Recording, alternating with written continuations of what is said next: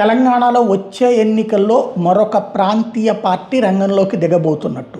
ఇప్పుడు కాంగ్రెస్ పార్టీ జాతీయ party, Bharatiya Janata party జాతీయ పార్టీ, అట్లాగే భారత రాష్ట్ర సమితి ప్రాంతీయ పార్టీ, ఈ ముగ్గురు మధ్యన పోటీ ఉంది. AIMIM all India Majlis Ittehadul Muslimeen కూడా జాతీయ స్థాయిలో ఉంది, కానీ ప్రాంతీయంగా తెలంగాణలో బలోపేతం. వీళ్లతో పాటుగా ఇప్పుడు జాగృతి అనే సంస్థని పెట్టినటువంటి కవిత అదే పేరుతో ఎన్నికల్లో పోటీ చేస్తుందంట. కొత్త రాజకీయ వేదిక తీసుకొస్తాం, మహిళల హక్కుల కోసం నన్ను దీవించండి అని పిలుపునిచ్చారు.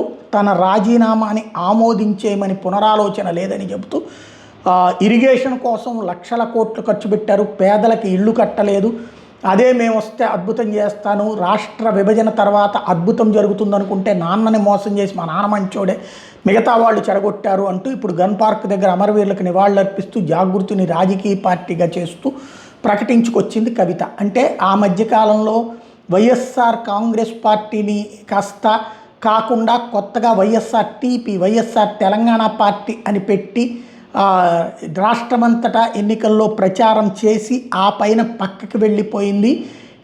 ఎవరైతే షర్మిల చివరికి కాంగ్రెస్లో విలీనం చేసింది, కాంగ్రెస్కి అనుకూలంగా మాట్లాడుతూ కాంగ్రెస్లో విలీనం చేసింది. ముందు రేవంత్ రెడ్డిని వీళ్ళని విమర్శించి ఆ తర్వాత ఇప్పుడు సొంత పార్టీని, సొంత తండ్రిని, సొంత అన్నని, సొంత బావని విమర్శిస్తూ వస్తున్నటువంటి కవిత పెట్టినటువంటి జాగృతి పార్టీ రాబోయే రోజుల్లో కాంగ్రెస్లో విలీనమవుతుందా, లేదా కాంగ్రెస్తో కలిసి పొత్తు పెట్టుకుంటుందా, లేదంటే కనుక చరిత్రలో మిగిలిపోయే ఒకప్పటి కోదండరాం పార్టీలాగా కనుమరుగవుతుందా అనేది చూడాల్సినటువంటి అవసరమైతే ఉంది.